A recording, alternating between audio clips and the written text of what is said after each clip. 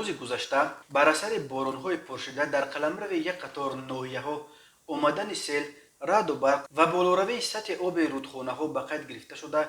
بر اثر این آفت‌ها خانه‌های استقامتی، خواجگی‌های یاریرسان و زمین‌های نزد اولگی ضرر دیدند و در بعضی منطقه‌ها سیل پرشدت راه‌ها را هم شست.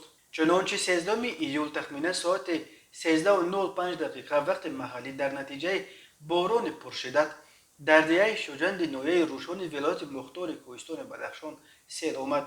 آن در یک مدت بسا کوتاه راه‌های ماشینگرد را به سمت مرکز ناحیه بست.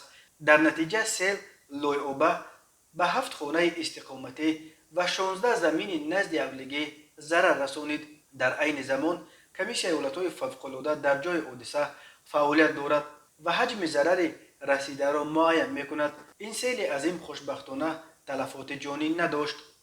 همچنین 13 ایول نزدیک به ساعت 14:30 دقیقه وقت محلی بر اثر باران‌های پرشدت در دهگیان جماعت دیهات موچخرف نویه نورآباد سیل به قید گرفته شد. در نتیجه آفت طبیعی 5 بنای استقامتی، قطعه‌های زمین نزد اولگی، زمین‌های کارم از لای و لای‌آبه قسماً ضرر دیدند و 2 ماشین، یکی تمغه گاز 66 و دومی کماز را سیل شسته برد.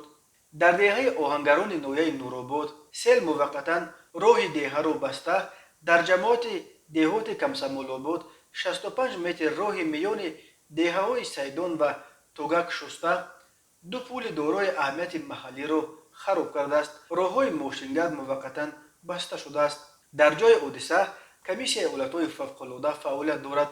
تلفات جانی نیست. در ناحیه عینی و مشچای کوهی بر اثر بالا رفتن آب دریای زرافشان آمدن سیل به قید گرفته شده. در نتیجه راه بین شهرک موقتاً بسته شده است. در عین زمان با جلب تکنیک و آدمان راه پاک‌کاری می شود.